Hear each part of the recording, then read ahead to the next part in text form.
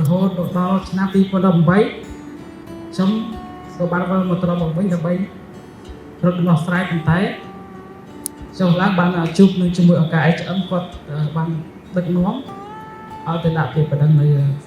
សាលាខេត្តដំបងនាំខ្ញុំទៅដាក់ពាក្យឲ្យជនជប់ចោលជប់គុកចំនួន2ឆ្នាំហើយពិន័យជាប្រាក់ចំនួន10លានរៀលតែភាពជាក់ស្ដែងមានតែกระดาษអត់មានថវិកាខ្ញុំក៏បន្តដាក់ពាក្យបណ្ដឹងមកសាលាតោវិស័យសាលាតោក៏សម្រេចសំណង20លានរៀលគូឆាយក៏អត់ឃើញមានសំណងនឹងទៀតបន្ទាប់មកទៀត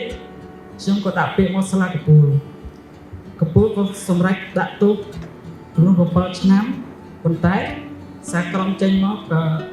ឲ្យខ្ញុំចំនួន20លានរៀលដែរប៉ុន្តែភាពជាក់ស្ដែងគឺអត់មានថវិកាព្រោះអីភាពចាំបាច់ជាក់ស្ដែងរបស់ខ្ញុំត្រូវការសំណងដើម្បីយកមកផ្គត់ផ្គង់ជីវិតខ្លួនឯង